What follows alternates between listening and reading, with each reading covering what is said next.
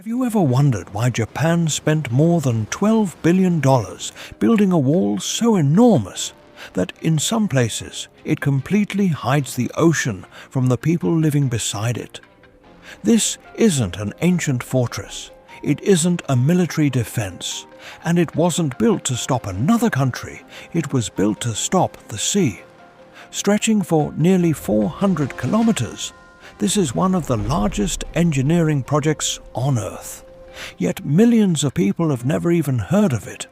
Some residents wake up every morning unable to see the water that once defined their towns. Instead, all they see is a towering wall of concrete standing between them and the Pacific Ocean. So, what could possibly convince an entire nation to spend billions of dollars to build something this massive? The answer begins with one of the darkest days in modern history. Welcome back to HUZAIF Beyond. On the afternoon of March 11th, 2011, people across northeastern Japan were living completely normal lives. Children were in school, fishermen were working along the coast, shops were open, trains were running on time, just as they always did. Then, without warning, the ground began to shake. At first, it felt like another ordinary earthquake. Japan experiences thousands of earthquakes every year, so most people remained surprisingly calm. Buildings swayed exactly as engineers had designed them to. Office workers took cover. Families waited for the shaking to stop. But this earthquake was different. Far beneath the Pacific Ocean, two enormous tectonic plates had suddenly slipped against each other. In just a few minutes, parts of the seafloor moved by almost 50 meters. That single movement displaced an unimaginable amount of water. The earthquake itself was devastating. What came next was far worse. As the shaking ended, tsunami warning sirens echoed across the coastline. People had heard those alarms before. Many believed they still had enough time. They were wrong. Out in the Pacific, the ocean had already begun transforming into something terrifying. This wasn't the kind of wave surfers dream about. Across the open ocean, the tsunami was almost invisible, racing toward Japan at the speed of a passenger jet. As it approached shallow coastal waters, everything changed.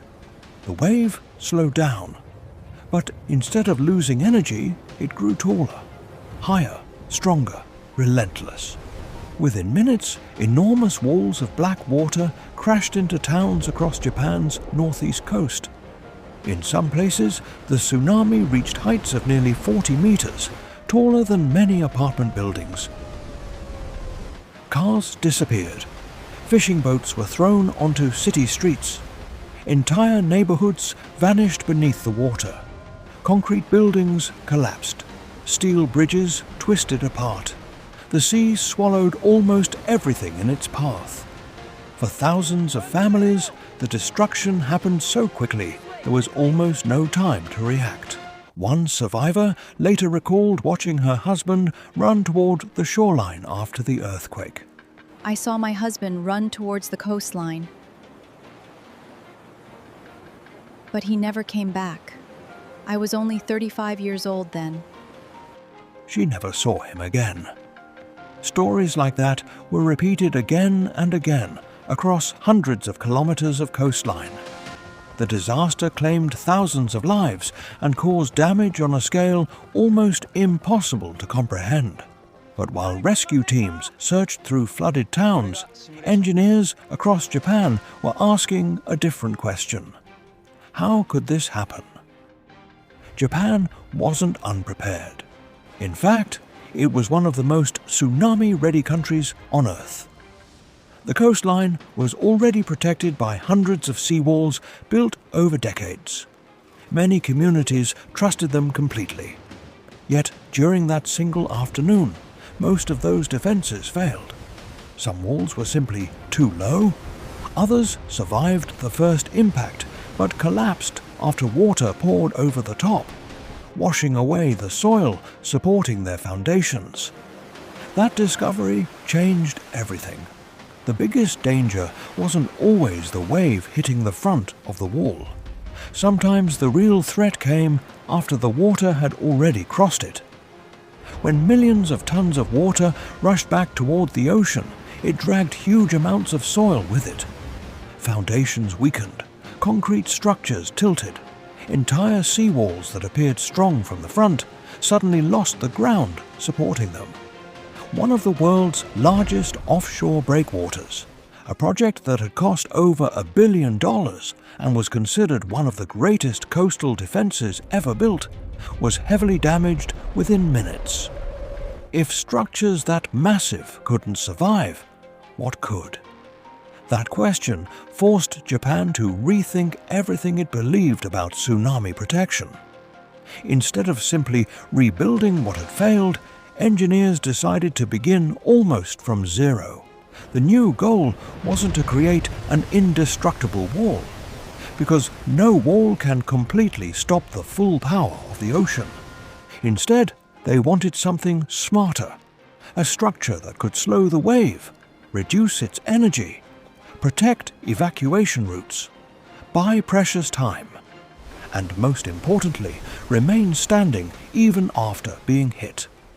That decision would eventually lead to one of the largest construction projects in Japanese history. Nearly 400 kilometers of coastline would be redesigned.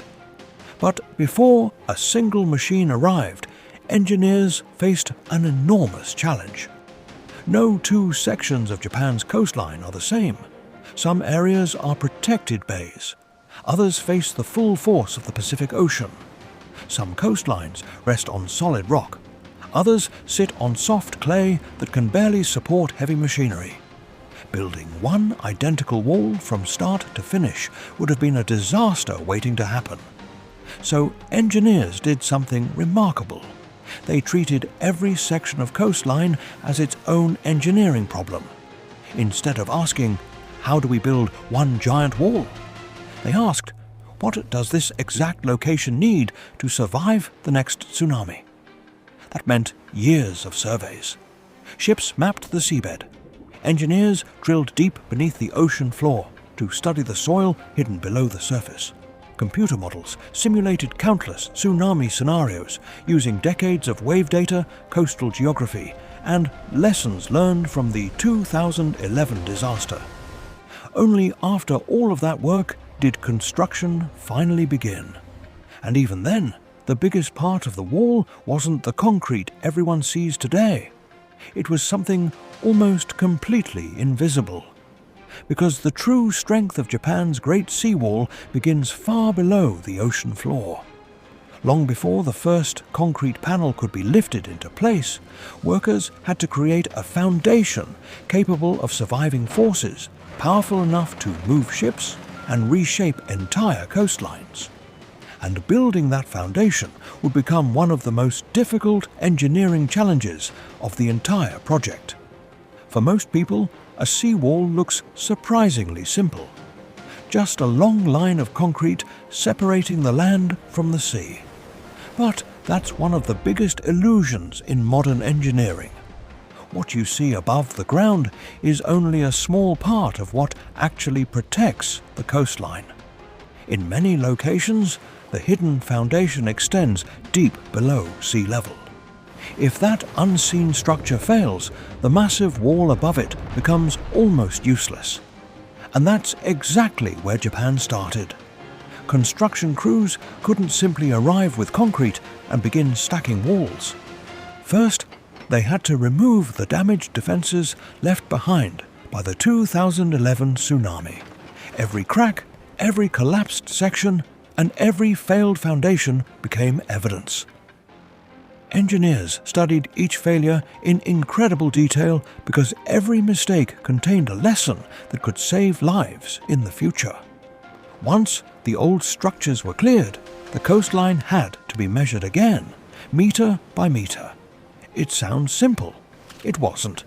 Some sections were solid volcanic rock. Others were soft marine clay that could barely support the weight of a bulldozer. In those unstable areas, heavy equipment would simply sink into the ground. So engineers spread enormous steel road plates across the mud, distributing the machine's weight over a larger area. Instead of digging themselves into the seabed, the equipment almost floated across it. Sometimes, the simplest solutions solved the biggest problems. But the real challenge waited offshore. Much of the new foundation had to be built below sea level, inside the same ocean that had destroyed the coastline only a few years earlier.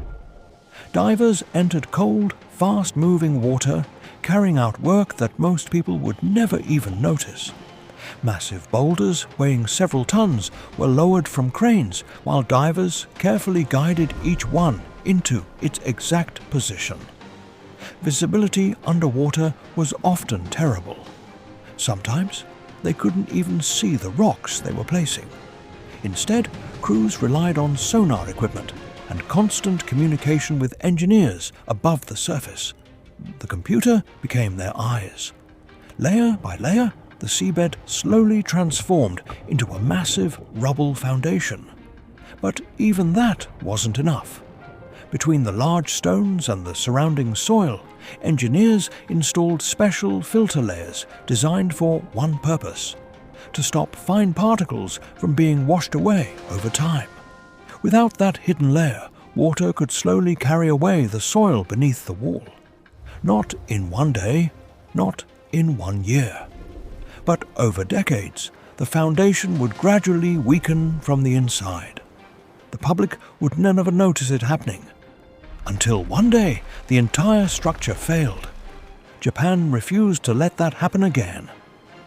As the underwater foundation finally rose above the surface, another critical stage began. Every load of soil brought to the site had to be placed in thin, carefully controlled layers. Too thick, and the compacting machines couldn't compress the bottom properly. Too thin, and construction would become painfully slow. So crews worked with astonishing precision, compacting each layer before adding the next. This wasn't just about making the ground hard. It was about removing hidden air pockets that could later become weak points. Inspectors constantly tested the density of the soil. If it failed the required standard, the work stopped immediately. No shortcuts, no exceptions, because nobody wanted to discover a hidden weakness during the next tsunami. Then came another invisible system most people never think about: water. Ironically, one of the greatest dangers wasn't the ocean outside the wall. It was rain. Heavy rainfall could soak into the embankment, weaken the slopes, and trigger landslides before a tsunami ever arrived. To solve that problem, engineers built drainage systems directly inside the seawall. Pipes carried away trapped water, while protective fabric reinforced the slopes against erosion. Even during construction, workers rushed to cover exposed ground whenever storms approached. Every day without protection was another unnecessary risk. Slowly, month after month, the wall began climbing higher. Now came the part everyone recognizes: the giant concrete panels. Each one weighed several tons. But lifting them into place was only half the challenge. Every panel had to fit almost perfectly. If the supporting surface wasn't level, tiny stress points could develop over time. Those tiny imperfections might not matter during normal weather, but under the force of a tsunami, they could become the starting point of catastrophic failure. Before installation, every panel went through strict quality inspections. Workers carefully examined the concrete for cracks, hidden air pockets, or manufacturing defects. Even expensive panels were destroyed if they failed inspection. It didn't matter how much money had already been spent. Replacing one damaged panel was far cheaper than rebuilding an entire town. Steel reinforcement bars connected every section into one continuous structure. The goal wasn't to create thousands of separate concrete blocks, The goal was to create one enormous wall that behaved like a single piece. But engineers knew something important. Even the strongest wall can be overtopped. So instead of pretending that water would never cross it, they planned for exactly that situation. At the very top of the wall sits one of its smartest features. Its shape isn't flat. It's carefully angled. When powerful waves surge over the crest, that angled surface throws much of the water back toward the ocean instead of allowing it to crash directly onto the land behind. A small change in geometry, a massive difference in performance. And the engineering didn't stop there. Hidden inside many sections of the wall are sensors that continue working long after construction crews leave. These instruments constantly measure movement, settlement, and structural behavior. Engineers can monitor how the wall responds to changing temperatures, heavy storms, earthquakes, and the slow movement of the ground beneath it. The wall is continuously reporting its own condition, almost like it's alive. But surprisingly, the concrete wall itself isn't the final line of defense. One of the most recognizable features of Japan's coastline looks almost random. Huge concrete shapes scattered along the shore like giant toys dropped from the sky. They're called tetrapods. At first glance, they appear completely disorganized. In reality, their unusual shape is the secret. Instead of reflecting the full force of incoming waves, they allow water to flow through the gaps between them. Every collision steals a little more energy from the sea. By the time the remaining water reaches the main wall, much of its destructive power has already been reduced. It's a simple idea. Don't fight all of the ocean's energy at once. Force it to waste that energy before it reaches what you're trying to protect. Even the placement of these massive blocks follows engineering principles. They're not arranged in perfect rows. They're allowed to interlock naturally, creating a stable armor layer that actually performs better under powerful waves. It looks like chaos, but it's carefully engineered chaos. Yet, despite all of these defenses, engineers knew one uncomfortable truth. Some water would still find a way through, which is why one final system had to work perfectly. Hundreds of floodgates standing at river mouths and coastal openings, because if even one failed to close before the next tsunami arrived, everything behind it could still be at risk. And the technology hidden inside those gates is far more remarkable than most people realize. Before we reveal how they can seal themselves, even when the power goes out, there's one final test every section of this wall had to survive. And it would prove whether billions of dollars had truly built one of the safest coastlines on Earth. As the project neared completion, the real question was no longer whether Japan could build a massive wall. The question was whether that wall could survive when nature decided to test it again. The answer came sooner than anyone expected. Only a few years after large sections of the project were completed, another powerful earthquake struck Japan. It wasn't as destructive as the disaster of 2011, but for engineers, it became something just as valuable, a real-world test. Almost instantly, thousands of sensors buried inside the seawalls began transmitting data. Control centers monitored every movement of the structure in real time. Floodgates started closing automatically, even if electrical power failed. Every critical system responded exactly as it had been designed. When inspectors finally arrived, they found something remarkable. No major structural cracks. No significant movement of the foundations. The massive concrete panels remained locked together. The tetrapods were still in place, quietly absorbing the power of the sea, just as engineers had predicted years earlier. It was one of the clearest signs that the painful lessons of 2011 had not been forgotten. But perhaps the most surprising part isn't the engineering. It's what happened after construction ended. Today, people walk along the top of the wall every morning. Children ride their bicycles where rescue helicopters once landed. Joggers exercise along paths built on top of one of the largest coastal defense systems ever created. Dogs are walked there. Neighbors stop to talk there. Life returned. To many visitors, it's just a long grey wall stretching into the distance. But to the families who survived the tsunami, it represents something far more important: time. Time to evacuate, time to reach higher ground, time to save the people they love. No engineer believes this wall can completely stop every tsunami. Nature is simply too powerful.